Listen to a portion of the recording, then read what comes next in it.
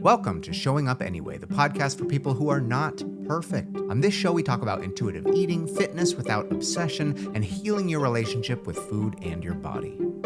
Hello, everybody. Welcome back. It's episode 8 of Showing Up Anyway. I'm Coach Adam, and look who showed up. You did, and I'm so glad you're here. Last week we talked a lot about habits, how they're built in our brain, why our brains resist change, and that really got me thinking, what are we building habits for? What are we chasing? Have you ever asked yourself that? I think after training clients for a decade, overwhelmingly, it's because we want to be thinner most of the time. We want a number on the scale to be smaller. We want to go down a pant size. We want to finally love what we see in the mirror because many of us have been taught over and over to hate ourselves. And it would be pretty silly of me to just come on here and tell you, just love yourself, as if it were that easy, wouldn't it? I'm not going to do that. I could tell you all about body positivity and why you're worthy and valuable and why your body is perfect and beautiful just the way that it is. But at the end of the day, it just doesn't matter what I say, does it? It doesn't matter what your partner says when they tell you that they love you just the way you are. It doesn't matter what your friends say when they tell you that you're hot and perfect and they love you. The only person in your life who you actually are going to listen to is you. And for better or for worse, you can be awfully convincing. So today, I'm going to do my best to teach you about not body positivity, but body neutrality. And we're also going to talk about non-scale victories. And I think that these two powerful ideas can completely shift the way that you define progress and the way that you treat and think about your body. By the end of this episode, I do not expect you to all of a sudden start loving yourself. I can do a lot, but I can't do that. Not right away. I don't expect you to just flip a light switch and become Mr. or Mrs. Body Positivity overnight. What I do hope that this episode helps you do is get this much closer to feeling okay about your body. That is body neutrality. And that's a different approach, I know. It's the idea that you don't have to love your body. You also don't have to hate it. It's the middle ground. It's about accepting your body the way that it is without obsessing over it one way or the other. Without needing to constantly hype it up, but without completely trashing it either. It's saying, hey body, you're here, I'm here. I appreciate what you do. I care about you. We're in this together. Because you take care of things that you care about, don't you? Maybe you don't think that your body is the most beautiful body in the world. I get it. You don't have to. But you can't deny it's gotten you this far. It's done its best, given the circumstances. And everyone's abilities are different, okay? But you can probably pick out some of the things that your body does for you. You might be able to stand up, walk around, breathe, hug people you love, pick up your child, even just existing. It's thanks to that body. That deserves some appreciation, don't you think? Now let's contrast that with body positivity, because this is where a lot of people get tripped up. Body positivity says, I love my body no matter what. I'm beautiful exactly the way that I am, which, don't get me wrong, is a lovely message. And for some people, that's very empowering. But for other people, especially if you've spent years and years, practically your whole life, hating your body, that message can feel awfully fake. Just going to be honest. Like if you've been trained your whole life to pick yourself apart, jumping straight to, I love everything about me, seems pretty damn impossible. And to be honest, it might even make you feel worse if you're not able to believe that. And so that's where neutrality comes in. It says, my body is only one part of who I am. It doesn't dominate how I feel about myself. I don't have to feel beautiful today. I don't have to love what I see right now in the mirror. But my body still deserves food. It deserves movement and rest because it does a lot for me. And I respect it enough to take care of it. I like that. I'm going to write that down. Maybe you should write it down. Stick it on your mirror. Repeat it every morning, okay? I hope that it brings you some relief. Diet culture is constantly telling you that your body is not worth loving unless it's a particular shape or a particular size. Body neutrality says it's okay to be, well, just be. It's okay to just be. So instead of thinking, how can I make my body look better? You start asking yourself, how do I feel today? It starts to become about how your body functions and feels instead of just how it looks. And that mindset is really liberating. Okay, it's freedom. It gives you hours back of your life. You don't owe the world conventional beauty. Okay, you certainly don't owe it thinness. You owe yourself peace. And body neutrality might be the most realistic way to start claiming that. One huge thing that messes with your mind on a journey like this is constantly needing to weigh yourself.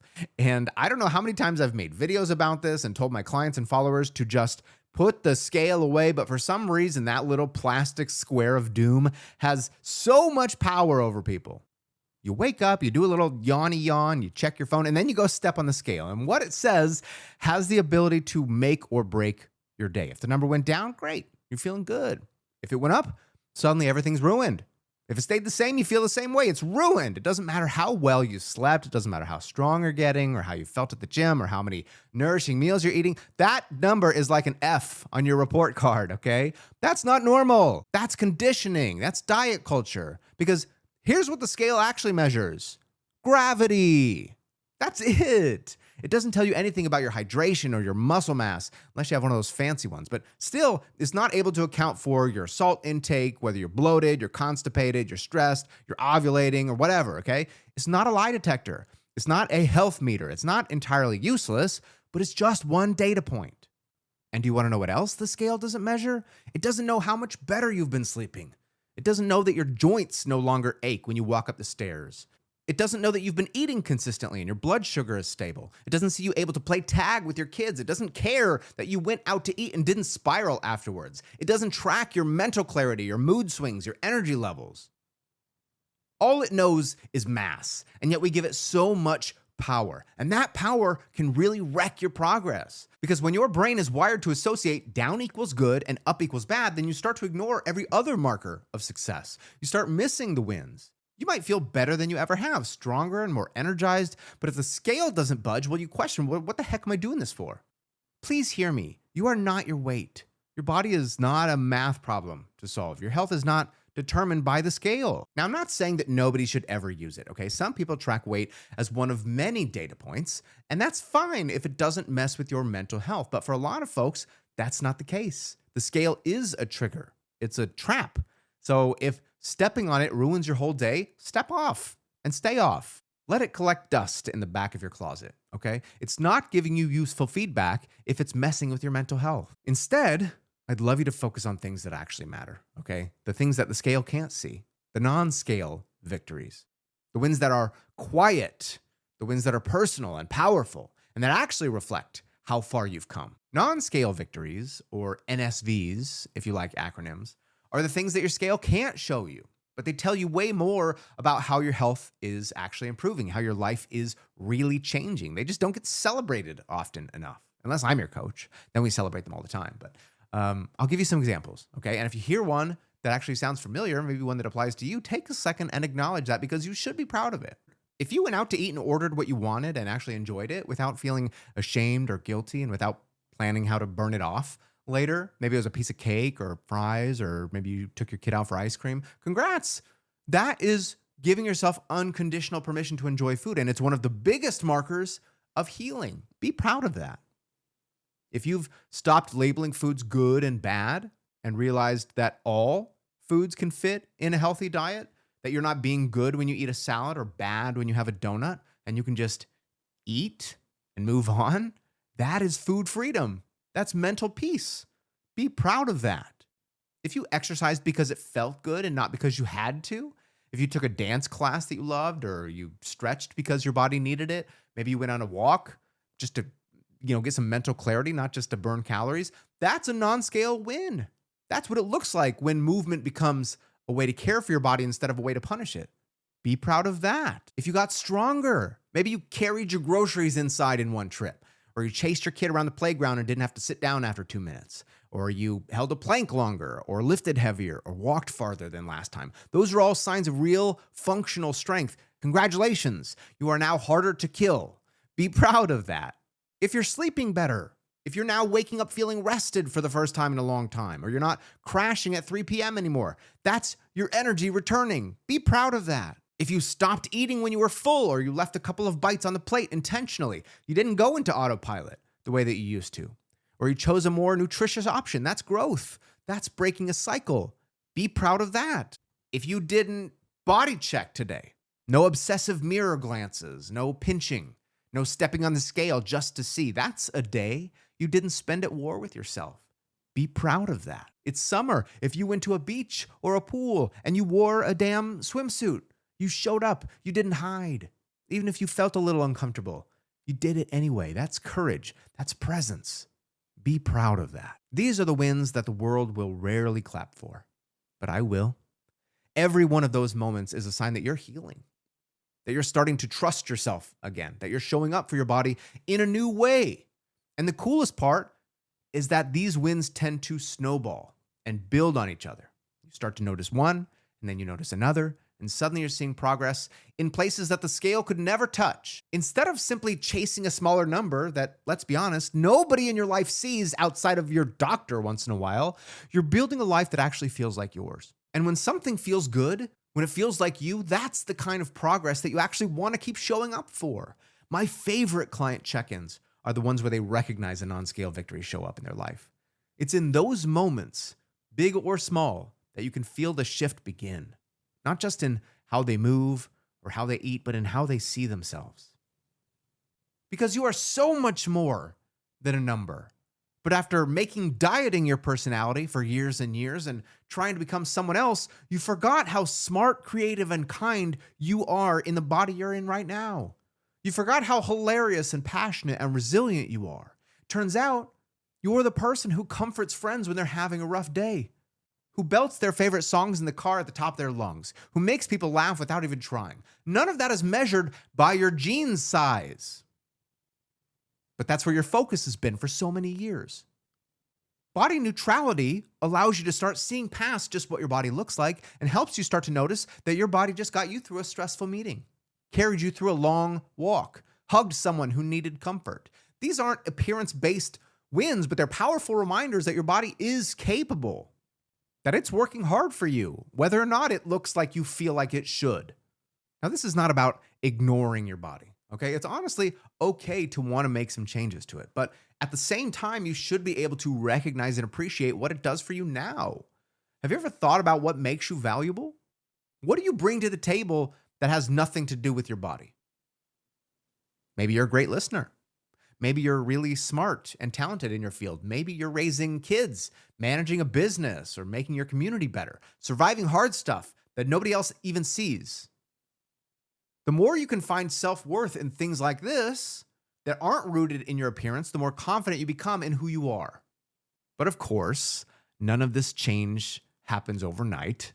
This is deep, ingrained in your brain type stuff. And unlearning it does take time. That's why you need to learn self-compassion. Because as you start to rewrite that internal script, it's not always going to be perfect or easy. So let's practice a bit. Instead of standing in front of your mirror and picking apart your thighs or your arms or your stomach, what if you said something like, "This is my body today. It's helping me live. It's not perfect, but I don't have to hate it." Whoa. Weird, right? But guys, even neutral thoughts can be so incredibly healing. Even not judging yourself is big progress. You wouldn't tell your best friend that she's worthless because of her waistline, would you? So then why do you tell yourself that? If you wouldn't say that to a loved one, don't say it to yourself. There are plenty of people out in this world who are happy to tell you that you're worthless. Don't be one of them. Stop being your own bully and start being your own best friend. Now, when people first hear about body neutrality or focusing on non-scale victories, there's a lot of mental resilience, okay? Like a lot of pushback. And honestly, it's understandable, okay? If you have grown up in a world that teaches you that your value lives in your appearance, then this whole conversation kind of sounds like another language that I'm speaking. So I want to walk you through some of the most common questions and pushbacks that I hear. And we're going to try and unpack what's going on underneath them. First thing you might think, well, isn't this just giving up? If I just accept my body or stop weighing myself, I'm going to gain weight. This one comes up all the time, okay? And I think it's because diet culture has trained us to believe that hating your body is the only way to take care of it, which is so sadistic. It tells you that if you are not actively trying to fix yourself, you're lazy or you're not trying hard enough. But body neutrality is not giving up on yourself. It's just giving up the constant war with yourself. You're not throwing in the towel. You're just choosing to care for your body from a place of respect instead of a place of punishment. You're not letting yourself go. You're letting go of the obsession. You can still eat well.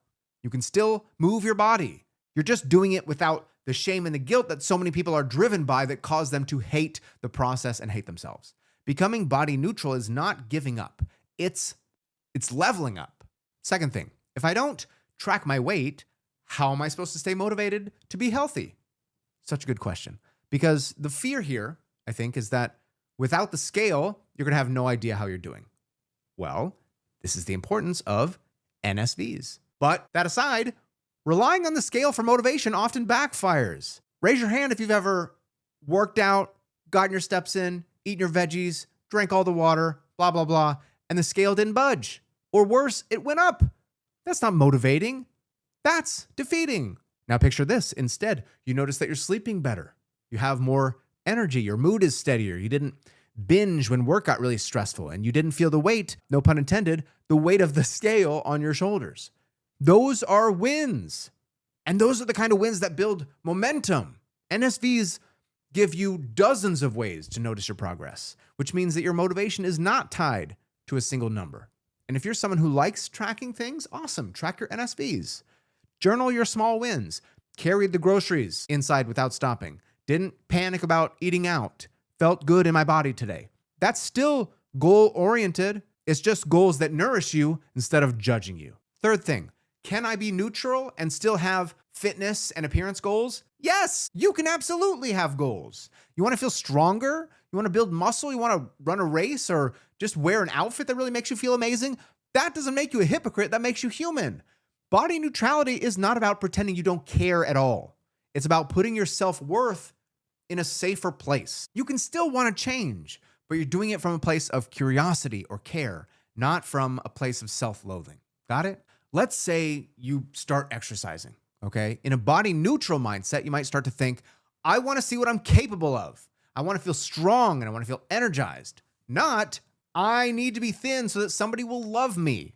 Because then, if you don't hit your physical goals right away, or if you miss a few workouts, you don't spiral because your identity is not riding on it. You're still worthy. You're still enough. That's what neutrality gives you, a solid ground to stand on, no matter what your body is doing. And ironically, it's easier to keep consistent habits when you're not so goddamn anxious about them. So if you're worried that being more kind to yourself is going to make you lose all discipline, I want you to remember this. Fear and shame are terrible long-term motivators. We have scientific studies that support this, okay? The best drivers towards success are respect and compassion. When you respect your body, you want to take care of it. You want to move, rest, stretch, and nourish it, not because you're trying to become worthy, but because you're already worthy. Wellness is not yo-yo diets and last chance workouts and constantly feeling like a failure if the scale didn't budge, okay? Wellness is self-care. It's sustainability. It's something you can actually live with for more than 30 days. When you get off the hamster wheel of restriction and guilt, you can finally make space for something that is long-term and sustainable. And I just mentioned some studies. There have been other studies that show that when you take a weight-neutral approach to health, meaning they focus on like behaviors and not just body size, they actually end up with better long-term outcomes, lower blood pressure, improved cholesterol, fewer disordered eating habits, and just better mental health. Why? Because they're consistent. They're not swinging between extremes anymore. They're building routines that last because they feel good to live in. If you were to start today, start your wellness journey, start building healthy habits, you might, a year from now, still be the same weight. Or not. We won't know because you don't weigh yourself, right? But there will be some things that will have changed. Your blood work is going to start to look better. You're not going to be as exhausted all the time. You're going to feel more confident navigating meals when you're out with friends. You're going to be stronger, more mobile, less achy. You won't panic if brunch runs a little bit long and your meal schedule gets off, okay? You're going to know how to nourish yourself without spiraling. These are real markers of wellness. And they're so much more important than just chasing a size. So many of the health benefits that we associate with weight loss, better heart health, lower blood sugar, more energy, don't come from weight change itself. They come from behavior changes. They come from better sleep, regular movement, balanced meals, less stress, which, guess what? You can do without making weight loss your only goal. When you decide to stop using your scale and your weight as your report card, something amazing happens. food and movement stop being a source of stress and start becoming a source of joy. You start moving not to burn off dinner, but because walking in the evening helps you clear your mind. You start cooking not to hit your macros, but because you love how your body feels when it's nourished properly. You realize that finding a type of movement you actually enjoy, like dancing or body surfing or martial arts or lifting or yoga, makes it easy to stick with for the long haul. Because when you like something, as I always say, you're going to do that thing more often. And I hope that we're in agreement that you're not just looking for something that you can do for 6 weeks and then be done with it, okay? Because that is not long-term change. That's just a temporary crash diet. And what you do want, I hope, is to adopt a new lifestyle, a new identity, if you remember last week's episode. But let's zoom out even more for a moment, because your body is going to change. That's life. Stress, illness, injuries, aging, childbirth, menopause, surgeries, accidents. Your weight might fluctuate. Your shape will definitely change. Body neutrality gives you the resilience to ride those waves without losing your self-worth. Instead of spiraling every time your jeans fit differently in a different point of your life, you're going to ask yourself, what do I need right now to feel good? Maybe it's more movement. Maybe it's more rest. Maybe it's simply new jeans, okay? What you need will change during different points in your life.